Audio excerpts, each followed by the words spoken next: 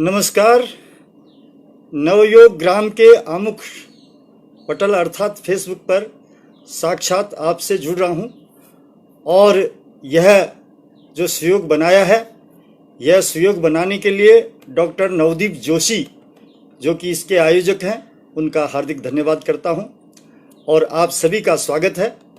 सबसे पहले इस चर्चा को, इस संवाद को प्रारंभ करने से पहले मैं स्वरचित सरस्वती वंदना गाना चाहूँगा और उसके बाद मैं अपनी चर्चा प्रारंभ करता हूँ।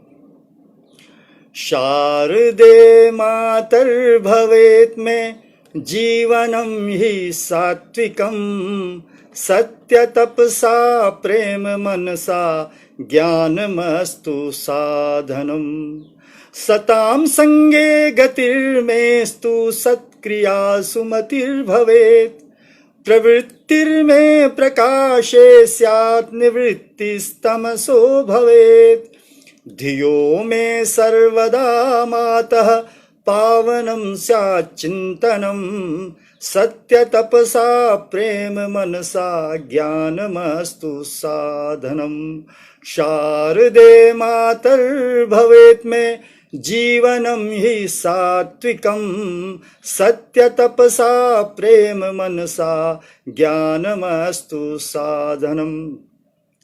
मेरा जीवन सात्विक हो, सार रूप में यही प्रार्थना है। जी हाँ, जैसा कि आज का विषय है भारतीय साहित्य के आधार पर जीवनी शक्ति, और इस जीवनी शक्ति के लिए सत्वोन्मुखी होना आवश्यक मेरी प्रार्थना में भी है। और भारतीय तत्व चिंतकों ने वेदों में, उपनिषदों में, दर्शन ग्रंथों में, ब्राह्मण ग्रंथों में, आरण्यकों में, सभी में यही बताया है।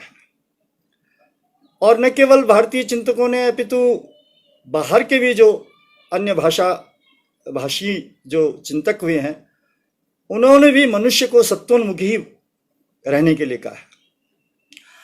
अब भारतीय साहित्य की बात करें तो भारतीय ज्ञान परंपरा में भारतीय साहित्य का जो आदि स्वरूप है वह वेद है, और सृष्टि के प्रारंभ के साथ ही वेद भी प्रादुर्भूत हुआ।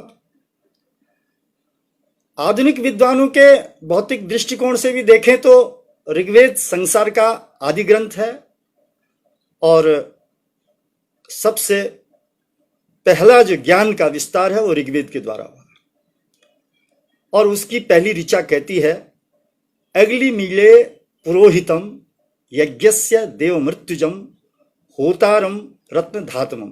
ये ऋग्वेद की पहली ऋचा है, जिससे ज्ञान सृष्टि और परमाणु सृष्टि, इसका अर्थ बता रहा हूं, जिससे ज्ञान सृष्टि और परमाणु सृष्टि उत्पन्न हुई, जो आकाश के समान व्यापक है, वायु के समान अति बलवान है, सूर्य के समान प्रकाशवान तथा चंद्र के समान आह्लादक है। वह परम चेतन तत्व समस्त ब्रह्मांड को आच्छादित करके जीव और जो जीव से इतर है अप्राणी जगत, उसके सत्व तत्व को सूक्ष्म रूप से नित्य उसको प्रभावित कर रहा है, उसमें वर्तमान है, इसलिए वही उपासना के योग्य है। इसमें अग्नि के रूप में, अग्नि के स्वरूप में ईश्वर की प्रार्थना है। वह अग्नि रूप जो अग्रणी नेता है, जो ज्ञान स्वरूप है, जो सर्वव्यापक है, वह अपने दिव्य गुणों से पूजनीय है। ईडे का अर्थ उसकी उपासना की जानी चाहिए। और पुरोहितम का अर्थ है कि जो सबसे आगे आगे रहता है, जो चराचर जो जगत है वो इसमें सबसे पहले उसकी स्थिति है, तो इसलिए वो पुरोहितम है। तो वस्तुतः अग्नि रूप ही है जो हम में जिज्ञासा, ज्ञान, गति, उत्साह, आत्मबल, रोग निरोधक शक्ति, जीवनी शक्ति, हमारी जठराग्नि, ये सब का जो संचालन कर रहा वो अग्नि है। और वही अग्नि रूप जो है वो सूर्य है, वही अग्नि रूप जो है वो ईश्वर है। ये ऋग्वेद की पहली ऋचा का संदेश है जगत के लिए। और इसलिए विभिन्न विभिन्न विषयों के द्वारा शरीर की अग्नि को, शरीर के ताप को, शरीर के उस देवता को उद्दीप्त किया जाता रहा। कल्पना कीजिए कि यदि अग्नि रूप सूर्य न हो तो सृष्टि का क्या हाल हो जाएगा। इस प्रकार जो केवल सूर्य की बात नहीं है, पृथ्वी के वैज्ञानिक भूगर्भवेत्ता सभी कहते हैं कि पृथ्वी के अंदर भी अग्नि है। और यदि जल में अग्नि तत्व न हो तो बर्फ हो जाएगा, क्या हम पानी पी सकते हैं? तो ये जो शरीर में अग्नि है, तो जब तक शरीर में अग्नि है तो वो उसमें जीवनी शक्ति है। जिस दिन नहीं होगा तो शरीर ठंडा पड़ जाएगा, ठंडा पड़ जाएगा तो मतलब। इस प्रकार भारतीय साहित्य का जो पहला संदेश है वो जीवनी शक्ति को का रहस्य बताने वाला ही है। अब आगे चलते हैं, क्योंकि जीवन अगर संतुलित होगा तो जीवन की अग्नि संतुलित होगी, जीवन में अग्नि रूप संतुलित होगा तो सब कुछ संतुलित होगा। इसलिए ऋग्वेद में जो फिर आगे प्रार्थना की गई है कि स्वस्ति न इंद्रो वृद्धस्रवाः स्वस्ति नः पूषा विश्ववेदाः स्वस्ति नस्तार्क्ष्यो अरिष्टनेमिः स्वस्ति नो बृहस्पतिर्दधातु। अर्थात जो दिव्य कीर्ति वाले इंद्र हैं वो हमारा कल्याण करें, जो विश्व के ज्ञान स्वरूप पूषा देव हैं वो हमारा शुभ कल्याण करें, और जो गरुड़ हैं जिनके पास शस्त्र हैं वो गरुड़ हमारा मंगल करें, जो गुरु हैं बृहस्पति हैं वो हमारा मंगल करें। तो अर्थात राजा, गुरु और पोषण करने वाला ये हमारा सब मंगल करें। इस ऋचा में, इस मंत्र में ये कहा गया है। और इसीलिए हमारे यहाँ जब इस तरह की प्रार्थनाएं, इन प्रार्थनाओं से जब आत्मबल व्यक्ति प्राप्त करता है तो स्वाभाविक है कि उसकी जीवनी शक्ति बढ़ेगी। और उस रूप में, ईश्वर के रूप में वो जब पिता के रूप में प्रार्थना कर रहा है, वहीं दूसरी ओर वह उसको माता के रूप में भी, मातृ रूप में भी उसकी प्रार्थना करता है। क्योंकि ईश्वर ही, दर्शन की बात मैं नहीं कर रहा हूँ कि उसमें तो जो है वो बड़ा वत्मैवत्य है, किंतु जो प्रकृति भी है वो ईश्वर द्वारा ही संचालित है। तो प्रकृति पुरुष रूप, हम इसको द्वैतवाद अद्वैतवाद की परिभाषा में न जाकर के इस समय मैं जीवनी शक्ति के संदर्भ में बोलना चाहूंगा कि ऋग्वेद में कहा गया है कि वही मातृ रूप है। यो वह शिवतमो रसस्तय, यो वह शिवतमो रसस्तस्य भाजय ते हनः उषतीरिव मातरः। जिनका स्नेह उमड़ता ही रहता है, ऐसी माताओं के साथ हे ईश्वर, ऐसी माताओं की तरह हे ईश्वर आप अपने अधिक कल्याण रस जो है वो हमें प्रदान करें, जैसे माता दुग्ध का पान कराती है, उस तरह से ईश्वर से ये प्रार्थना है। इसी प्रकार ईश्वर से प्रार्थना के साथ साथ जो अन्य जो घटक हैं उनके लिए प्रार्थना की गई है यजुर्वेद में। ओम द्यो हो शांतिरंतरिक्षं गुं शांति पृथ्वी शांतिरापः शांतिरोषधयः शांति वनस्पतयः शांतिर्विश्वे देवाः शांतिर्ब्रह्म शांति सर्वगुं शांति शांतिरेव शांति सामा शांतिरेधि। हमारे लिए सब शांतिकारक हों, और ये जीवनी शक्ति के लिए आवश्यक है। जब शांति होगी तो जीवनी शक्ति में वृद्धि होगी, जब अशांति होगी तो जीवनी शक्ति में का ह्रास होगा। तो जीवनी शक्ति को प्राप्त करने के लिए ये सब आवश्यक है। किंतु यह तो प्रार्थनाएं हैं, ये तो हम ईश्वर से प्रार्थना कर रहे हैं, हम प्रकृति से प्रार्थना कर रहे हैं, हम दिव्य शांति कर रहे हैं, हम अंतरिक्ष की शांति की बात कर रहे हैं।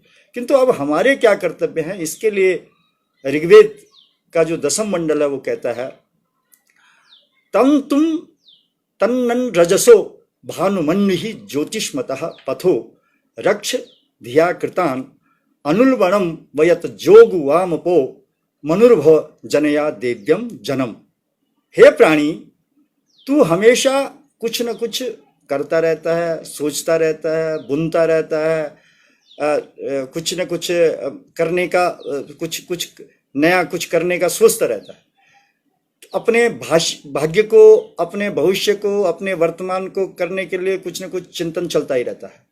किंतु हे जीव, हे मनुष्य, तुम पहले मनुष्य तो बनो, अर्थात अपने अंदर मानवता के गुण विकसित तो करो, और आगे भी देव्यम जन, यानी अर्थात सुयोग्य मानवों के निर्माण में प्रयत्नशील रहो।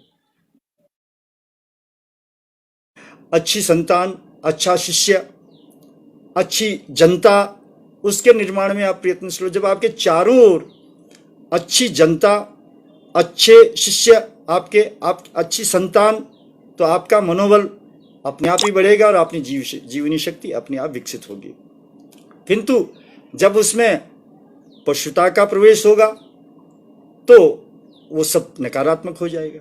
और वस्तुतः आप देखते हैं कि आकार, रूप, रंग से कई प्राणी मनुष्य तो दिखाई देते हैं, किंतु उनके अंदर बाघ, भालू, मगरमच्छ, सुअर, गीदड़, भेड़िया, कुत्ता, उल्लू, गीद, कौवा, इनके स्वभाव जो है उनके अंदर डेरा जमाए हुए हैं।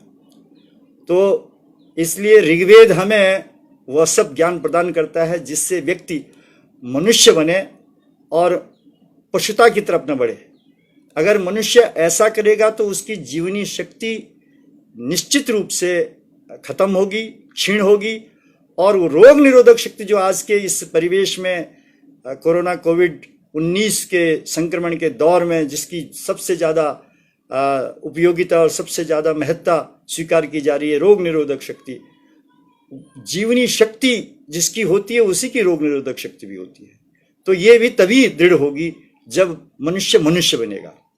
यहाँ यह संदर्भ, कोरोना का संदर्भ इसलिए आवश्यक है कि जो मनुष्य को मनुष्य बनने की बात कही जा रही है, इस संदर्भ में जो कहा जा रहा है कि विषाणु जो है वो चमगादड़ से फैला, और चमगादड़ से तभी फैला जब चमगादड़ को पकड़ा गया, चमगादड़ को मारा गया, उसको खाया गया या उसके संपर्क में आया गया। और पहले भी इबोला, सार्स आदि विषाणु भी इसी प्रकार मनुष्य में आए, और न केवल ये विषाणु, अन्य विषाणु भी इसी प्रकार से मनुष्य में आए हैं। तो इसलिए यजुर्वेद कहता है कि पशून पाहि गाम मां हिंसी, मां हिंस्यात् सर्वभूतानि, पशुओं की रक्षा करो, गाय की रक्षा करो, और किसी भी जीव की हत्या मत करो।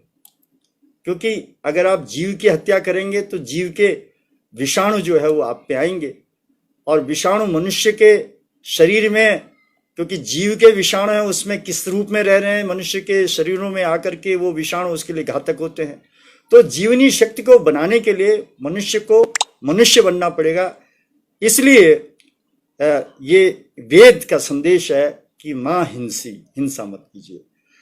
अब आगे जो वेद कहता है मनुष्य को अपनी जीवनी शक्ति को बढ़ाने के लिए, अपने रोग निरोधक शक्ति को बढ़ाने के लिए, वो कहता है अथर्ववेद कि कृतम में दक्षिणे हस्ते जयो में सव्याहिता, गोजिद भूया समस्वजित धनंजयो हिरण्यगर्भ, अर्थात मेरे दाएं हाथ में कर्म और बाएं हाथ में विजय अर्थात सफलता।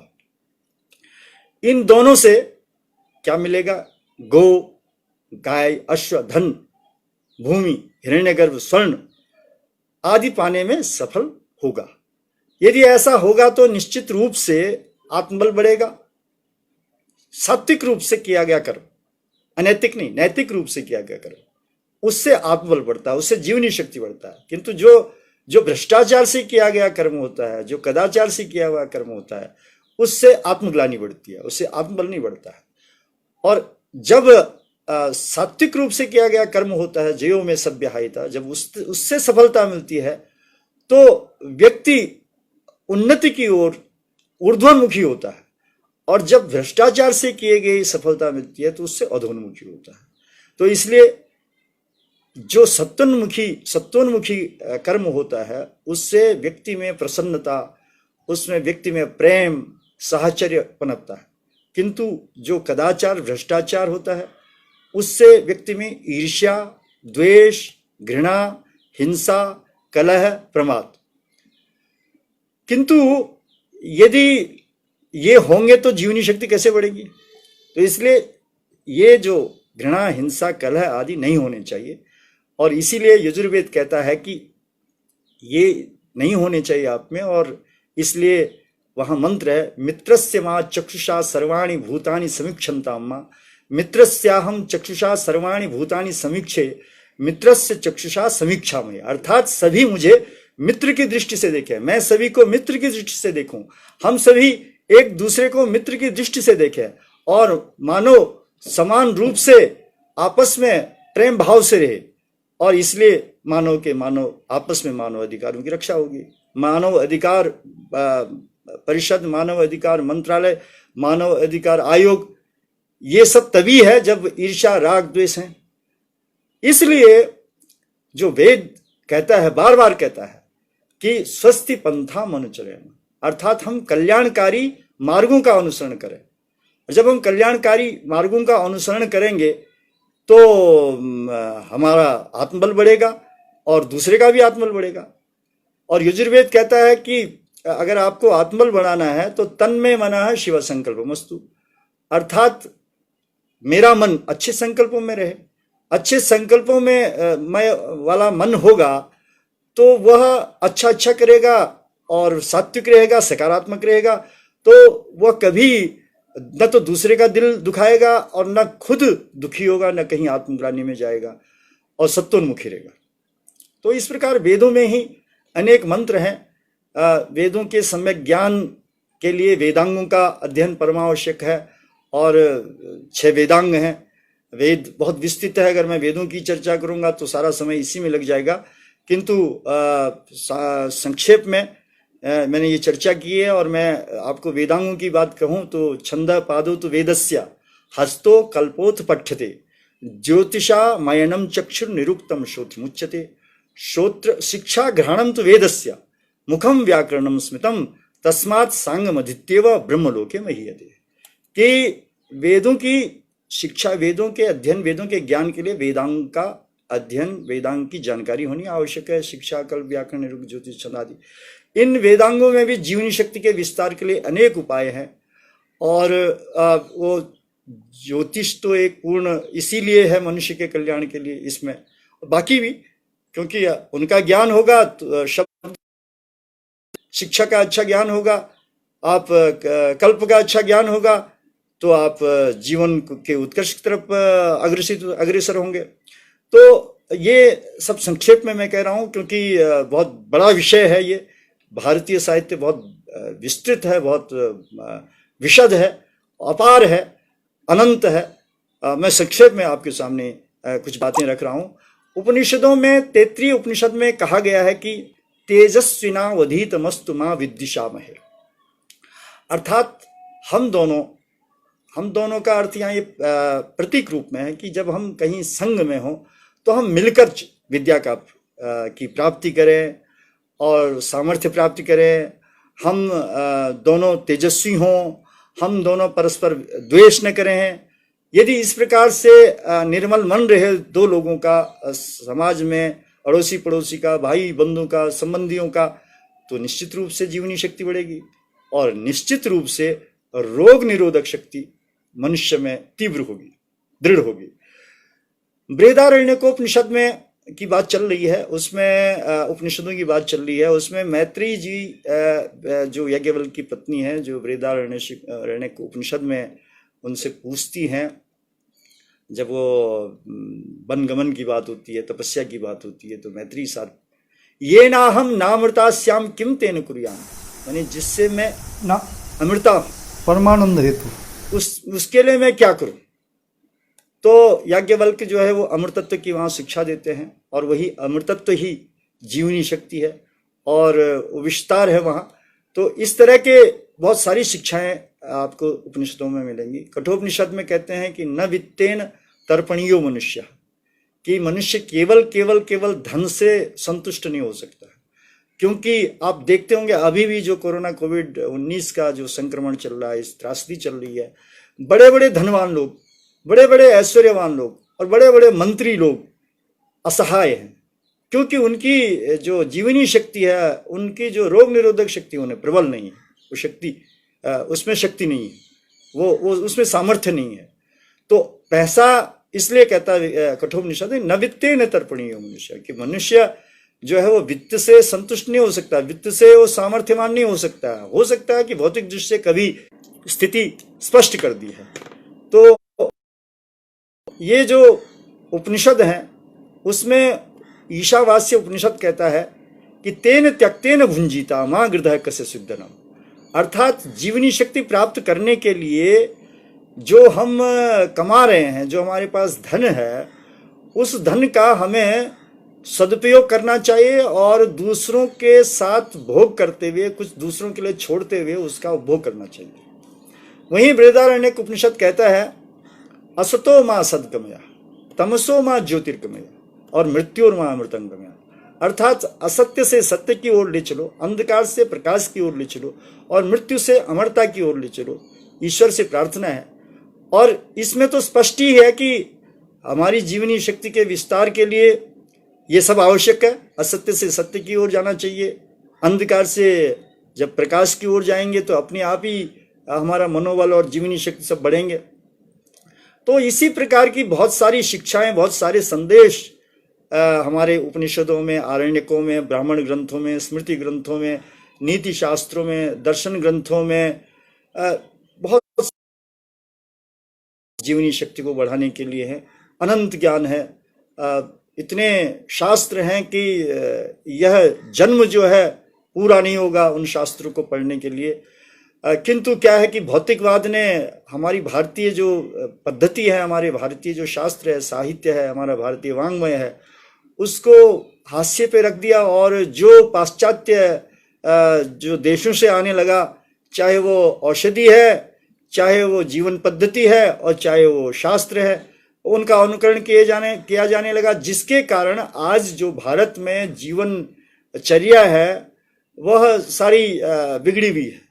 और ज़्यादातर जो लोग हैं वो महानगरों में, जो महानगरों की बात कर रहा हूँ मैं, कि महानगरों में वो ज़्यादातर फास्ट फूड और जो दिनचर्या है वो एकदम विपरीत है कि रात को जागना और दिन में सोना और कब खाना और कब पीना। तो ये सब भारतीय वाङ्मय में हमारे पास सब कुछ होते हुए हमने जो उसकी अवहेलना की, उपेक्षा की, ये उसका परिणाम है। अब यदि मनुष्य अपने मानव धर्म का पालन करेगा, यदि वह अपने हमारे पास है, हमारी मातृभूमि है, हमारी मातृभाषा है, हमारा अपना साहित्य है, जब वो उसका पालन करेगा, निश्चित रूप से उसकी जीवनी शक्ति बढ़ेगी। और जीवनी शक्ति बढ़ाने के लिए मातृभाषा, मातृभूमि और जो अपना साहित्य है, जो हमारी भाषा में लिखा गया साहित्य है, वह बहुत ही प्रभावपूर्ण है। और इसलिए देखिए, जो धर्म की जो परिभाषा संस्कृत कर सकती है, वो कोई भाषा नहीं कर सकती, वो कोई साहित्य नहीं कर सकता, आज तक किसी ने किया नहीं। इसलिए मनु कहते हैं धृति क्षमा दमोस्तेयम शौचम इंद्रिय निग्रह धीर विद्या सत्यम क्रोध दशकम धर्म लक्षणम।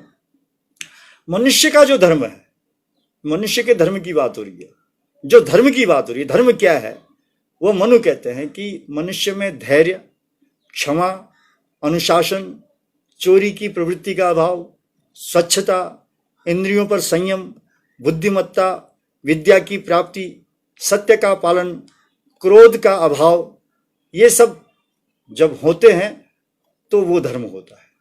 अब आप ये बताइए, जो मैंने ये व्याख्या, ये अभी ये परिभाषा बताई, जो आज से कई हजारों वर्ष पहले लिखी गई है, क्या आज जब टेलीविजन पे या इधर चर्चाएं चलती हैं तो क्या धर्म इस उस पे ठीक उतरता है? किंतु हम सबको संस्कृत वाङ्मय में लिखे गए इस ज्ञान का, ऋषियों द्वारा प्रदत्त इन संदेशों का अनुपालन करते हुए इस समय जो पूरा विश्व जिस त्रासदी से जूझ रहा है और जिसके लिए बताया जा रहा बार बार चिकित्सकों द्वारा, वैज्ञानिकों के द्वारा, कि यदि आपकी जीवनी शक्ति, यदि आपकी रोग निरोधक शक्ति सही है तो ही आप बच सकते हैं, ये बार बार जब तक दवाई नहीं आई। तो यह केवल केवल भारतीय साहित्य में है, और भारतीय साहित्य के अनुसार यदि हम अपना जीवन ढालें, पालन करें, तो हमारी रोग निरोधक शक्ति और जीवनी शक्ति अवश्य बढ़ेगी। अन्यथा मानवेतर जो गुण है, जो अब तक होता रहा है, तो उससे दुखी उठेगा और दुखी उठाया जाता रहेगा मनुष्य के द्वारा। महाभारत सभी ने देखा होगा, कहीं पढ़ा भी नहीं होगा तो टीवी पे जरूर देखा होगा। उसमें कहा गया है कि जो इस सृष्टि में जो मनुष्य है, उस ब्रह्म तदिदम वा ब्रवीमि मानुषा श्रेष्ठतरम ही नहीं किंचित विमुच्यमानः पापेभ्यः धनेभ्यः इव चंद्रमा विरजा कालमाकांक्षन धीरो धैर्येण सिद्ध्यति। ये जो मनुष्य बनना है, अब मनुष्य खाली मनुष्य योनि में पैदा होना नहीं है, मनुष्य मनुर्भव, अभी वेद ने कहा। जब तक उसमें मानवता नहीं होगी तब तक वह पशुवती है। तो वही मनुष्य, उसी का जीवन, उसी का जन्म धर्म धन्य है, उसी का महत्व है, उसी का गौरव है, जिसके अंदर मानवता है। जब मनुष्य में मनुष्यता होगी तो चारों ओर वह अपना जहां रह रहा है, जिस समाज में रह रहा है, वो न केवल अपना आत्मबल बढ़ाएगा, अपनी जीवनी शक्ति बढ़ाएगा, अपितु अपने संपर्क में, अपने संबंध में, अपने परिवार में सबको प्रभावित करेगा। इसलिए महाभारत के वन पर्व में कहा गया है, श्रूयताम धर्म सर्वस्वम श्रुत्वा चैवावधार्यताम आत्मनः प्रतिकूलानि परेशान न समाचरित। जो स्वयं को पीड़ादायक होता है, जो स्वयं को कष्टकारक होता है, जिसमें ये लगता है कि, जिसमें आदमी को, मनुष्य को ये होता है कि मेरा नुकसान है, यदि वो अपने लिए नहीं करना चाहता है तो वो दूसरे के लिए भी न करे। ये महाभारत कह रहा है। और जो आचरण है, उस आचरण के लिए भारतीय साहित्य में बहुत महत्व दिया गया है। मनुष्य के आचरण पे बड़ा ध्यान दिया गया है। और इसलिए मनु भी कहते हैं आचार्य परमो धर्मो, जो धर्म कहते हैं, उस सबसे बड़ा धर्म तो आपका आचार है, आपका आचरण है। यदि आप में मनुष्यत्व है, मनुष्यत्व का आचरण है, मानवता का आचरण है, तो आप धार्मिक हैं, और आप सबसे बड़े धार्मिक हैं। तो इसलिए जो जीवनी शक्ति की बात आती है, जो आत्मबल की बात आती है, जो जीवन में उन्नति की बात आती है, जो ऊर्ध्वोन्मुखी की बात आती है, यदि आप में आचरण है तो सब कुछ हो जाएगा। और महाभारत फिर कहता है, जिसके पीछे अभी मैंने कहा कि हम कोरोना कोविड-19 के काल में चल रहे हैं, और इसमें जो मूल कारण है वो हिंसा है। क्योंकि जब चमगादड़ को मारा गया और उसको लाया गया तो कहीं ना कहीं हिंसा ही हुई, और न केवल चमगादड़ को बल्कि औरों को भी, और जीवों को भी मारा जाता है। तो इसलिए महाभारत कहता है अहिंसा परमो धर्म। ये परम धर्म क्या है? बड़े आप सब लोग अपने धर्मों के लिए युद्ध करते रहते हैं, लड़ाई करते रहते हैं, तर्क करते रहते हैं, वितर्क करते हैं। तो महाभारत कहता है कि सबसे बड़ा धर्म है वह है अहिंसा। अहिंसा का पालन करना ही सबसे बड़ा धर्म है। और फिर आगे कहता है कि संतोषम परमम सुखम। और सुख क्या है? संतोष सबसे बड़ा सुख है। तो जहां ये सब होगा वहां जीवनी शक्ति स्वतः बढ़ेगी, रोग निरोधक शक्ति स्वतः बढ़ेगी। और इसी का अभाव इस समय समाज में है, देशों में है। अब ग्लोबलाइजेशन ने, वैश्वीकरण ने इतना सब आपाधापी, भौतिक लूट खसोट इतनी मचा दी है कि ये नहीं देखा जा रहा है कि इससे किसको नुकसान होने वाला है, इससे किसी के प्राण जा सकते हैं, इससे किसी की भावनाओं को आहत कर सकते हैं। कुछ नहीं देखा जा रहा, केवल पैसा पैसा पैसा, जिसके कारण ये स्थिति इस समय पूरे विश्व में है। और जिनकी जो इसके मूल में जो है, जो प्राण जब जा रहे हैं लोगों के, तो वो वही है कि जीवनी शक्ति का अभाव है और रोग निरोधक शक्ति का अभाव है। आचार्य चाणक्य ने कहा, सर्वेषाम अहिंसा सत्यम क्षमा च तज्जीवनम यत्र परोपकारः। यानी अहिंसा सबसे बड़ा जो मनुष्य का जीवन है, परक होना चाहिए। और जीवन वही है कि जो परोपकार से भरा हुआ हो, और जो कोरोना काल में भी कई लोग परोपकार में सन्नत है। और मैं समझता हूँ, चाहे वो डॉक्टर्स हैं, चाहे वो पुलिस वाले हैं, चाहे जो सामाजिक संस्थाएं हैं, बहुत सारे लोग परोपकार कर रहे हैं। तो वो दान तो कर रहे हैं, वो काम तो कर रहे हैं, वो अपना कर्म तो कर रहे हैं, किंतु वो परोक्ष रूप से अपनी आत्मशक्ति को, जीवनी शक्ति को, रोग निरोधक शक्ति को बढ़ा रहे हैं। पंचतंत्र कहता है संतोष तुल्यम धनमस्ति नान्यत, और अति तृष्णा न कर्तव्या, कि संतोष से बड़ा कोई धन नहीं है, और कभी भी ज्यादा तृष्णा कि ये भी ले लूं, वो भी ले लूं, ये भी कमा लूं, वो भी कमा लूं, इतने घर बना लूं, कभी भी नहीं करनी चाहिए। अगर कुछ जो करता है तो उसको नुकसान ही होता है। नुकसान कई प्रकार का है, जिसमें सबसे बड़ा नुकसान तो इस समय यही देखा जा रहा है, हानि जो है, कि व्यक्तियों में रोग निरोधक शक्ति, जीवनी शक्ति का अभाव है। कई जो व्यक्ति है, जब उनको पता चलता है कि कोरोना हो गया तो कई लोग भाग जाते हैं, कई लोग आत्महत्या तक कर लेते हैं। तो इस तरह की सब बातें हो रही हैं वो, और कुछ पे वैसे प्रभाव हो ही रहा है कि वो उन पर असर नहीं होता है जब उनका इलाज चलता है। तो ये सब बातें हैं। इन जो जीवन के जो सूत्र हैं, जो जीवन के जो मानवता के जो सूत्र है, उन पर अमल अगर यदि किया जाता है तो हमारा समाज, हमारी मानवता इस कोरोना काल में, इस विपत्ति में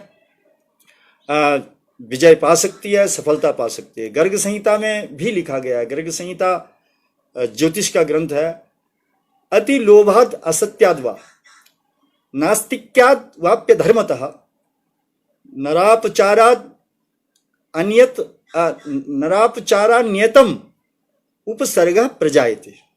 अर्थात जो महामारी है, जो प्राकृतिक जो विपदाएं होती हैं, वो अधिक लोभ से, झूठ से, नास्तिकता से, अधर्म से, अत्याचार से और कदाचार से, इस तरह की महामारियां और इस तरह की प्राकृतिक विपदाएं, आपदाएं पैदा होती हैं, जो मानव मात्र को परेशान करती हैं और पीड़ित करती हैं, और मानव जो है वो मानवों की हानि करते हैं, जीवों की हानि करते हैं। किंतु यदि आचरण हम सही रखें तो ये इन सब पर विजय पा सकते हैं, और हमारी जीवनी शक्ति अगर प्रबल होती है तो कोई भी विषाणु किसी का कोई नुकसान नहीं कर पाता है। और इसलिए इसके लिए भारतीय साहित्य का जो विश्व के लिए जो संजीवनी त्रयी है, जो संजीवनी जिसको हम कह सकते हैं, वो है आयुर्वेद, योग और ज्योतिष। ये जो तीन शास्त्र हैं, अध्यात्म तो है, अध्यात्म के अंदर ही आयुर्वेद और योग और ज्योतिष भी है, किंतु ये जो आयुर्वेद, योग और ज्योतिष शास्त्र हैं, ये तीनों जहां एक विषय के रूप में, प्रायोगिक रूप में ये कार्य करते हैं, वही एक मनोवैज्ञानिक रूप से भी मनुष्य का के आत्मबल को, मनोबल को, जीवनी शक्ति को बढ़ाते हैं। और केवल जो साधन है उनके द्वारा नहीं, अपितु जो इन शास्त्रों में बहुत बृहद है, यहाँ इस बहुत छोटे से समय में, कम समय में इन पर व्याख्यान करना जो है वो सूर्य को दीपक जलाने जैसा हो जाएगा। इतना इनमें इतना ज्ञान है, इनमें इतना समाधान है जीवन का, और इसमें ये जो विषाणु जैसे जो हैं, इनके लिए यदि काम किया जाए तो इनके समाधान के लिए बहुत सारे विषय हमारे इन आयुर्वेद, योग और ज्योतिष शास्त्रों के ग्रंथों में मिल सकते हैं। आयुर्वेद का विषय जो प्रतिपादनी, जो उसका उद्देश्य है, प्रयोजनम चास्य स्वस्थस्य स्वास्थ्य रक्षणम विकार प्रशमनम च, के आतुरस्य विकार प्रशमनम च, कि इसका जो स्वस्थ व्यक्ति है उसके स्वास्थ्य की रक्षा करना, और जो अस्वस्थ है उसके विकार का प्रशमन करना ही आयुर्वेद का उद्देश्य है, उसमें कहा गया है चरक सूत्र संस्थान में। और इसलिए जो आयुर्वेद है, आयुर्वेद न केवल जो बीमार की जो वो करता है चिकित्सा, बल्कि स्वस्थ जो व्यक्ति है उसको भी स्वस्थ रखता है। इसी तरह से योग है, योग जो है योगश्चित्त वृत्ति निरोध है। अब जो चित्त वृत्तियां हैं, क्षिप्त मूड विक्षिप्त एकाग्र निरुद्धमति, हमारे ये डॉक्टर जो हैं जोशी जी सब जानते हैं, और भी कई लोग यहाँ पर बैठे सुन रहे होंगे कि बहुत विस्तृत योग शास्त्र, योग दर्शन, यम नियम, आसन प्राणायाम, प्रत्याहार, धारणा, ध्यान, समाधि, अष्टांग योग के नाम से। इसके अतिरिक्त मंत्रो लयो हटो राज, योगांतर भूमिका क्रमात्, एक वो चतुर्धायम महायोगो विधीयते। ये भी मतलब जो योग के योग शास्त्र जो है, मंत्र योग, लय योग, हठ योग, राजयोग, इसके भी विभाग किए गए हैं। किंतु कुल मिलाकर के वो मनुष्य के कल्याण के लिए है, मनुष्य के आत्मबल के विकास के लिए है, मनुष्य की जीवनी शक्ति के विस्तार के लिए है। इसमें आपका जो ये नवयोग ग्राम पटल है, इस पर डॉक्टर नवदीप जोशी जी योग के विषय में विस्तार से समय समय में बताते रहते हैं अपने उपक्रमों के द्वारा। इस पर मैं विस्तार से न जा करके उन पे छोड़ देता हूं कि भविष्य में आपको विस्तार से बताएंगे। ये सब जो शास्त्र हैं, भारतीय शास्त्र, इन शास्त्रों में ये एक स्थाली पुलाक न्याय से मैं आपको बता रहा हूं। इनको जब तक आप पढ़ेंगे नहीं तब तक आपको पूर्ण ज्ञान नहीं मिलेगा, और पढ़ना बहुत आवश्यक है। उनका ज्ञान चाहे गुरु के मुख से सुना जाए, चाहे आप आजकल जो प्रविधि है उसके माध्यम से आप इनको सुने, किंतु ये केवल पलटने से या कहीं खाली देखने से या कहीं फेसबुक पे कोई संदेश देखने से किसी शास्त्र का ज्ञान नहीं होगा। यह स्वयं मनुष्य को स्वाध्याय, हमारा उपनिषद कहता है कि स्वाध्यायान मात प्रमोदा, कि स्वाध्याय में कभी प्रमाद नहीं करना चाहिए और हमें स्वाध्याय करते हुए आगे बढ़ना चाहिए। यदि हम स्वाध्याय करेंगे तो जो आजकल घरों में सब बहुत परेशान हैं, अपने कार्य जो स्थल है, कार्यस्थल में जैसे ताला लगा हुआ कईयों का, तो उससे मानसिक स्थिति लोगों की ठीक नहीं है। कईयों की रोजगार चले गए हैं, उससे मानसिक स्थिति ठीक नहीं है। कहीं 10 लोग इकट्ठे हो गए हैं तो उससे भी मानसिक स्थिति ठीक नहीं है। ये सब जब हमें इस पे अनुपात, अगर हमें संतुलन रखना है, तो इसके लिए हमें श्रीमद् भगवद गीता जैसा जो ग्रंथ है, रामायण, महाभारत, उपनिषद और जो महर्षि पतंजलि का योग सूत्र, इन सब का अध्ययन करना होगा। तो भारतीय साहित्य में संस्कृत शास्त्रों की बहुत बड़ी श्रृंखला है। ये समझिए कि आज भी संस्कृत में साहित्य लिखे जा रहे हैं। प्राचीन काल से हजारों हजारों ग्रंथ संस्कृत में हैं, और हर ग्रंथ का एक संदेश, हर ग्रंथ का जो उपदेश है वो मनुष्य मात्र के लिए है, मनुष्य की मानवता के लिए, मनुष्य की जीवन रक्षा के लिए है। और संस्कृत के अतिरिक्त भी प्राकृत में, पाली में, अन्य भाषाओं का जो साहित्य है वो भी, जैसे भारत में अपभ्रंश है, और भारत की जो शासकीय भाषाएं हैं, जो राजभाषाएं हैं, उनमें भी लिखा जाता रहा। पाली भाषा में के मुख्य जो 3 पिटक हैं, विनय पिटक, सुत्त पिटक और अभिधम्म पिटक, में महात्मा बुद्ध की शिक्षाओं का जो है उसमें उपदेश है, और उसमें भी जीवनी शक्ति, क्षमा करें बीच में व्यवधान आ गया था। और इसी तरह से प्राकृत भाषा में सूर्य प्रज्ञप्त सूत्र है, बड कहा, बोध कथा आदि कई ग्रंथ हैं, जिसमें जो हमारे जो शास्त्र, जो भारतीय चिंतन है, उसकी शिक्षा दी गई है। और इसके अतिरिक्त भी भारत की जो राज्य भाषाएं हैं उनमें बहुत सारा साहित्य है, हिंदी में भी बहुत लिखा जा रहा है। तो सभी भारतीय साहित्य में इस तरह का चिंतन हमें मिलता है कि हमें किस तरह से जीवनी शक्ति को बढ़ाना है, किस तरह से हमें जीवनचर्या को रहना, जीवनचर्या अपनी रखनी है। और भारतीय साहित्य के आधार पे भारतीय जनमानस में जो रची बसी लोक संस्कृति है, रहन सहन है, गीत संगीत है, रीति रिवाज है, और दैनिकचर्या में जो अन्य हम करते हैं, जैसे घरों में चूल्हा चौका होता था, सूर्य को जल चढ़ाना है, जूते बाहर निकाल कर हाथ मुंह धो करके अंदर जाना, आंगन की तुलसी, पीपल, बड़ आदि पेड़ों को की पूजा, दिया जलाना, हल्दी आंवला का नित्य प्रयोग, हल्दी का उपटन, बेसन का उपटन, और प्रार्थना आध्यात्मिक रूप से, सामूहिक रूप से घर में प्रार्थना करना, और इसके अतिरिक्त जो है व्रत, उपवास, त्योहार, उत्सव, ये सब जो है ये भारतीय शास्त्रों के आधार पे, भारतीय साहित्य के आधार पर है।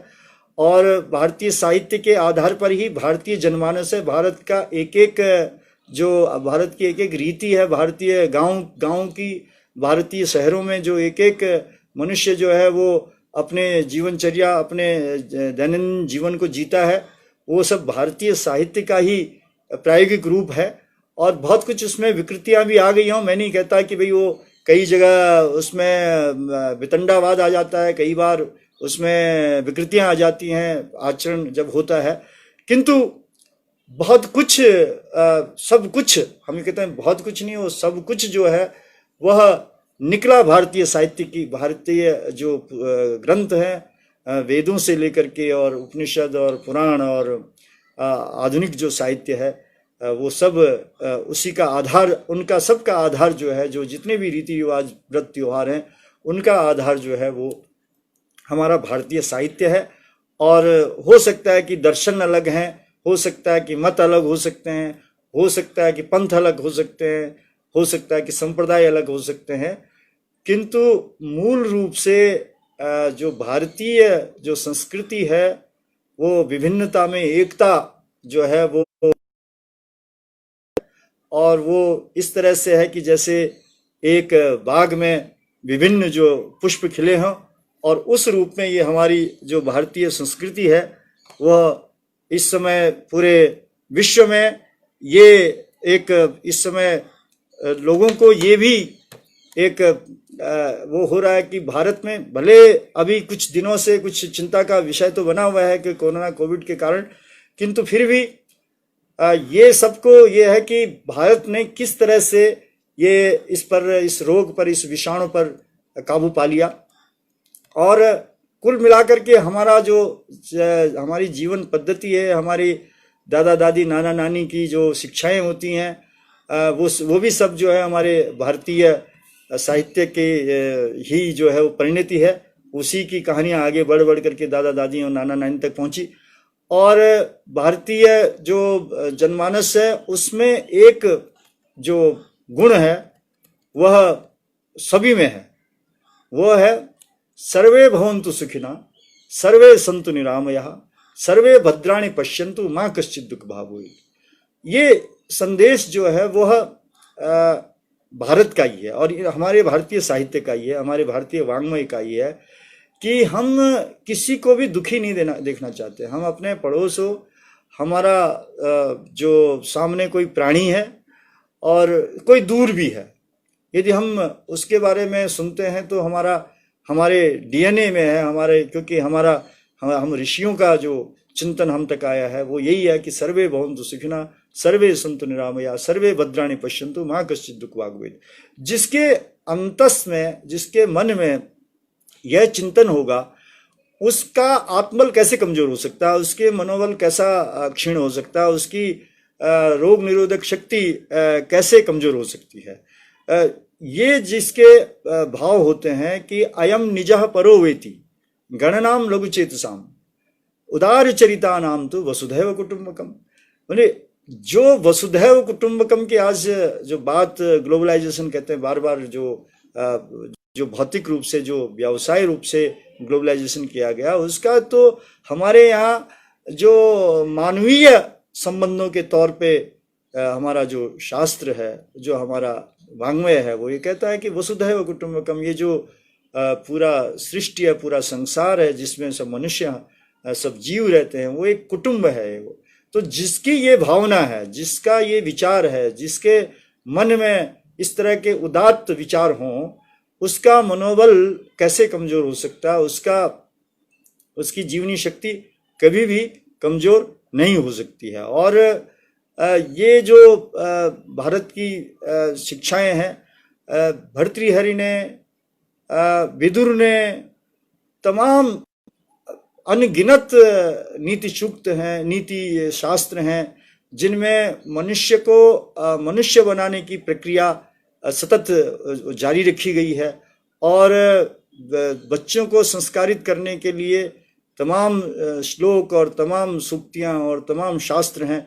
और कई रूपों में भरत मुनि ने वेदों का जो सार था, वेदों को सर्वसुलभ बनाने के लिए नाट्यशास्त्र की रचना कर दी। और नाट्यशास्त्र की रचना भी जो की गई, उसमें भी बड़े संयम और नियमों का जो है पालन किया गया। आज हम देखते हैं कई बार जो है नाटक में वो सब दिखाया जाता है कि जिसे नहीं दिखाया जाना चाहिए, किंतु भरत मुनि ने, अगर भरत मुनि के अनुसार जो है वो नाट्य परंपरा आगे बढ़े तो बहुत कुछ जो है वो संशोधन हो सकता है।